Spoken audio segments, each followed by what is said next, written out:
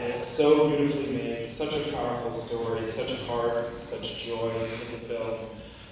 I want to begin, Stephen, by asking you, this is the most personal film that we've ever seen from you. Why was now the time to make FABELMANS? First, I want to say I'm really glad we came to Toronto.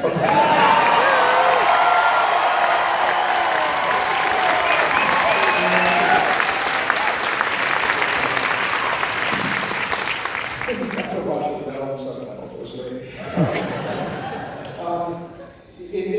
It's not complicated, and it's not really the reason I did this now. This is something obviously I've been thinking about for a long time, and I didn't really know when I was going to get around to this.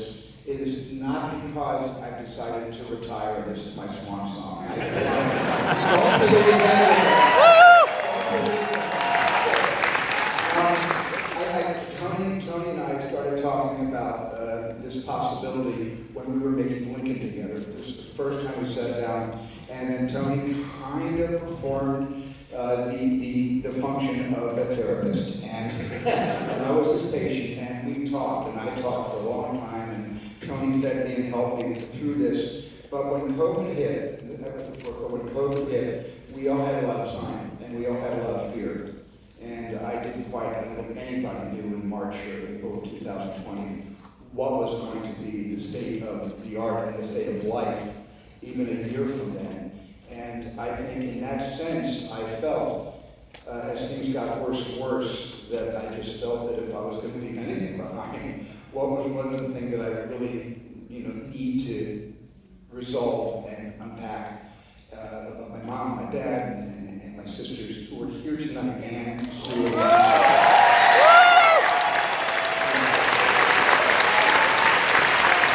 Stand up wherever you are.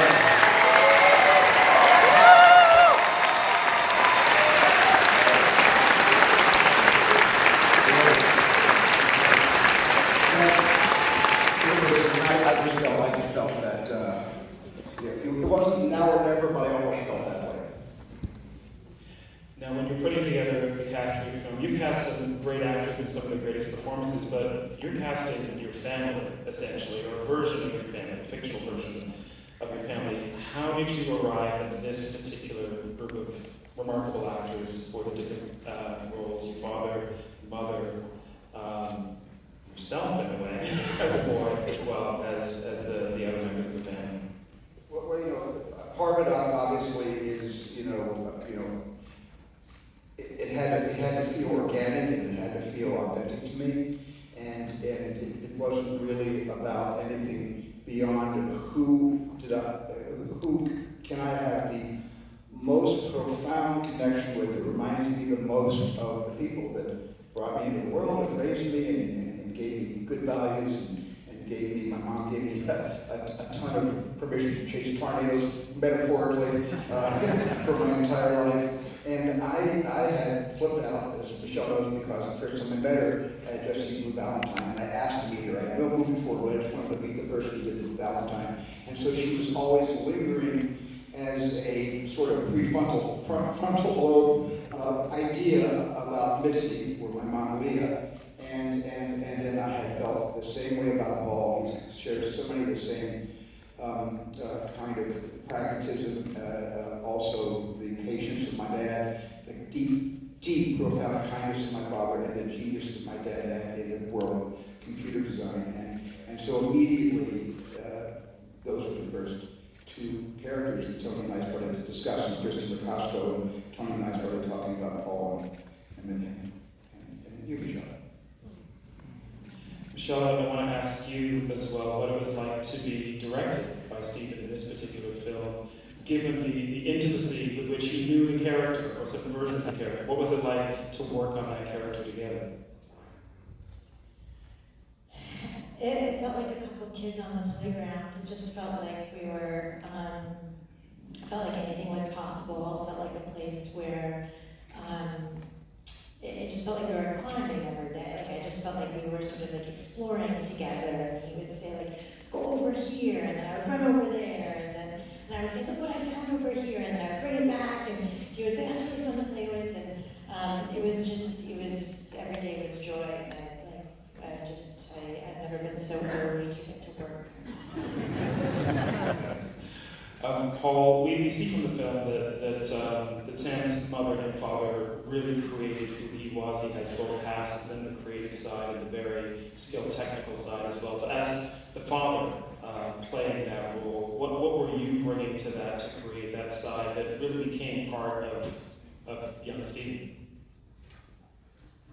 Well, we were blessed with a really beautiful script to build our characters from by Stephen and Tony. And Stephen was also very generous about letting us into his life. So I think Stephen and I probably Zoomed, not quite once a week, but for several months talking about him and his life, and had access to photographs and home movies and sound recordings. The goal was to sort of, how do you capture a life lived? How do you fill out the essence of that in a 2.5-hour film?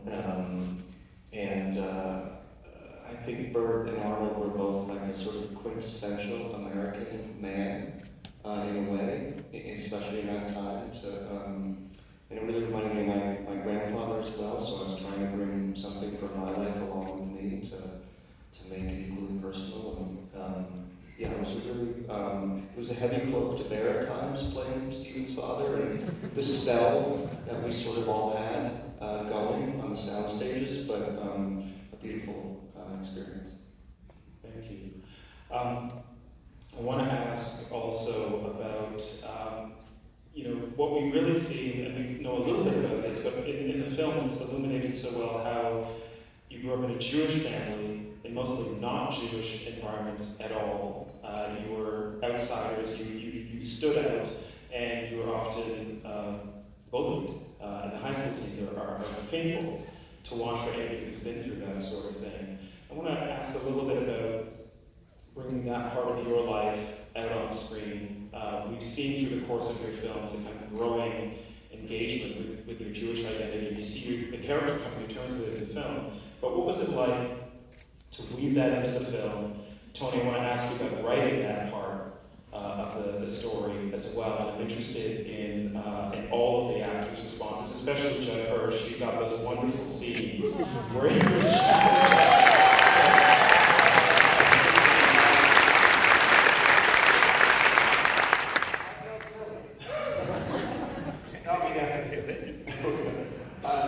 Stephen never told me what we were going to do. So instead of knowing what we were going to do, we just did it. I felt I even asked him, I said, "What about the real guy?" And he said he never understood a word he said.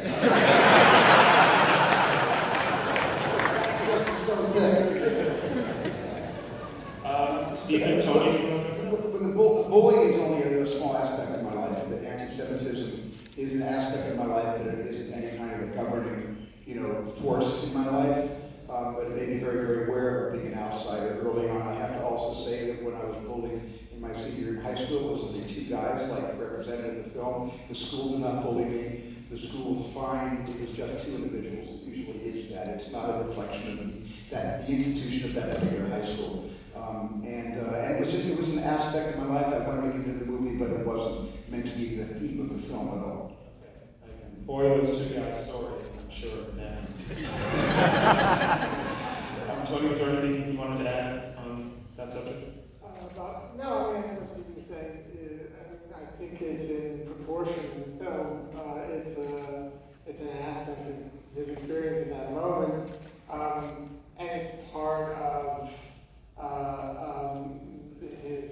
his arc, Sammy's arc towards reclaiming film and figuring out things that film can do, and also the way that film is an unreliable friend. It will take you into a place of safety and then light through safety into something unexpected and scary. And it does this over and over again in the movie, and the last moment of that in the film is with Sammy and Stephen did this, drives a wedge between this unholy pair and splits them up and expects to somehow have a victory in that. And he gets a victory, but he gets something unexpected as a result. So I think that's the real role of it. I like very much the sort of easy way that Jewishness lives in this movie. That it's a very profound part of Stephen's identity and of the Fableman's identity. But it's a movie that's about Jewish people rather than entirely exclusively about Jewishness or anti-Semitism. So it's not a problem; it's who they are, and I like the way that it lives in the film. So. I want to also ask you just about the filmmaking. The techniques that you learned as a young boy. I love that scene where you're figuring out how to do special effects kind of in camera with the film stock itself. And that's just so joyous, I think, for anybody who loves movies and saw what you began to do with effects and all of the ground you broke later on, to see a young version of yourself discovering how to use the magic of movies to really transform people. Talk a little bit about those sequences. Well, there are no Pro Tools in 1961. So it was really, using glue and spit and trying to figure out, how to put things together, because I would go to the movies all the time. I constantly went to the movies, and I just, it was like, that was like the church. You go into a movie, in those days the theaters were like tabernacles, they were extraordinary palaces. And I go to these movies all the time, and I didn't understand how they got, even The Greatest Show on Earth, if you look at the effects of C.B. DeMille's movie, the beginning of this movie, those effects kind of make you kind of laugh a little bit because they were what they had at their disposal in 1952. But when I was trying to figure out, well, how do I make explosions like all the war movies I'm watching on TV, like the Sands of Iwo Jima, and all of that, how do those explosions? I just figured out that if you take a board, you dig 2 holes, you put the board on top of the holes like a seesaw, you put dirt on one end, and the kid steps on the other and throws the dirt in the air. That's an explosion. I mean, that's what I used to do to make my war movies. So all the depictions of films within the film are pretty much, the tools that myself and other friends of mine came with great ideas of how to make things look really cool those days. And it was really cool to shoot that behind-the-scenes stuff. That was fun to do. And I made all the behind-the-scenes stuff in this movie much better than the actual 8mm films. When I was Sammy Getty, much better than this. I had a chance to do it. It was a do-over. It was great to do it. I haven't heard from the 2 Canadians on stage yet, but I'd like to.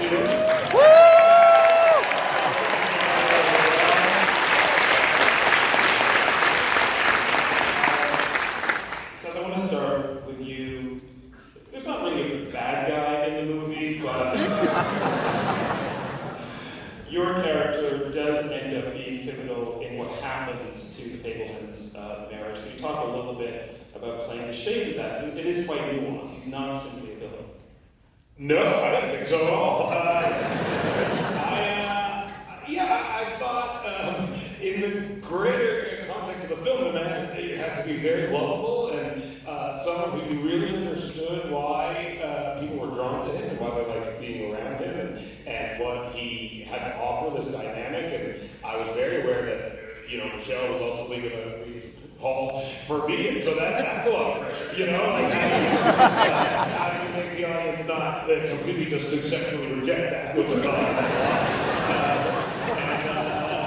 But it was beautifully written again, and me and Stephen talked a lot about the real man and the type of energy he brought into these situations, the type of dynamic he would have with his mother and the kids, and honestly, I just wanted to try to bring it to life in the best way I envisioned it from these conversations that Stephen was generous enough to have. So, I just wanted to not completely blow it.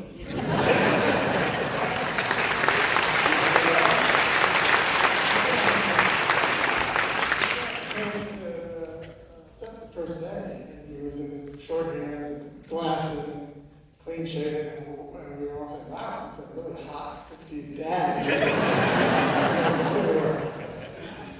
Fine, I found my era. Gabrielle, I want to ask you about how you were cast for this film and what it was like to work with Steven Spielberg. It's a big role for you. It's a great performance. It's a real discovery.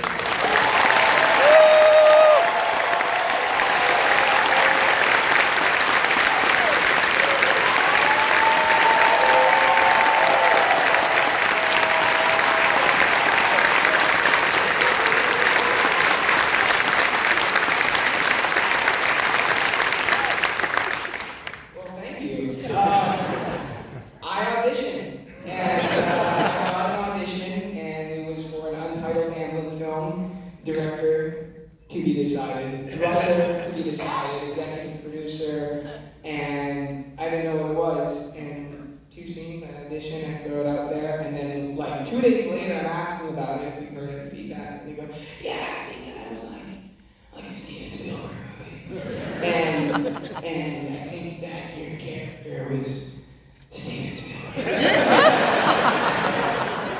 And I'm like, oh my god! And then I keep getting I come across these articles, and Michelle Williams is attached, Paul Dano, Seth Rogen, and I keep calling my agent, what's going on, and they don't hear anything back, so I don't get it. And then 3 months later, in late May, I get a text, they want a callback. And 2 days from then, I Zoom with Cindy Tolan, and 2 days from then, I Zoom with Steven, and your face was probably a little too close to the camera, and sitting there waiting for a call from Steven Spielberg, and you're like meditating and like breathing through it, and then boom! There you are with your cigar. It was very, nerve-wracking after I'd done the cast, because I hadn't gotten the script until after that deadline article was dropped, and the character's name was still Teenage Sandy, so I get the script, and I'm folding every page, 30 pages in, okay, this is my act, and the next act's going to be an adult, so I'm folding every page, this is the one I have to, and then I just stop folding them, because I'm in everything. And so it was very spooky, it was horrifying, and I have all this stuff to do, because you're surrounded by masters. You get to sit and you're surrounded by masters. Writing, directing, acting, producing, cinematography, costumes, props, music, editing, everything. Just masters of this art. And then there's me. I'm pretty that good audition.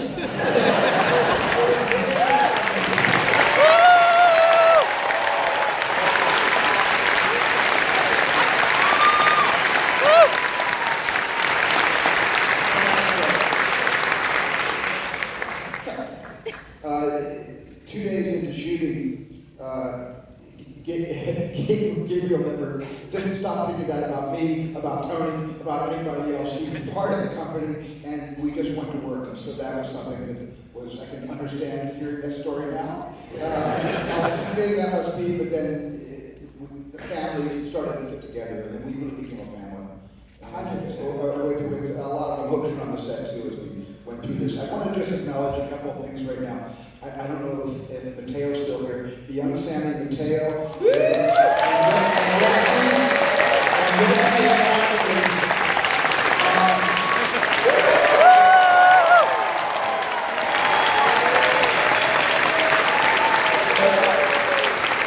Mateo, our young Sammy, and Keely and Julia can stand, please. Natalie and Reggie, the sisters.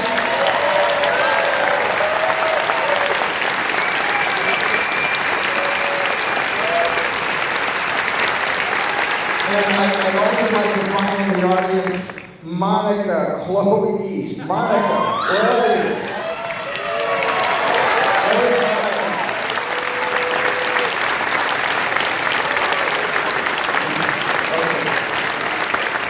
One last question, Stephen, I wanted to ask you. Those of us who have followed your career for many, many years will sometimes see what we think are watershed films for you. Jaws changed things for you, I'm sure.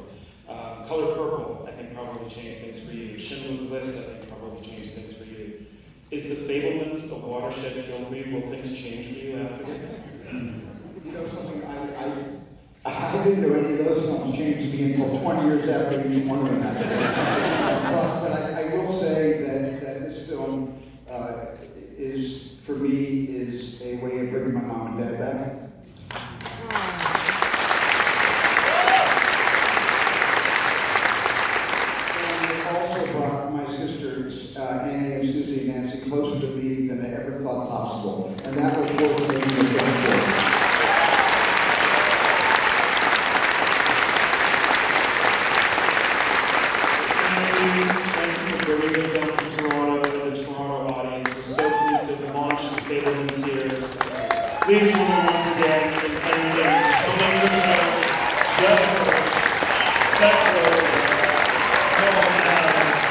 Here he is, Michelle Williams, and Steven Spielberg.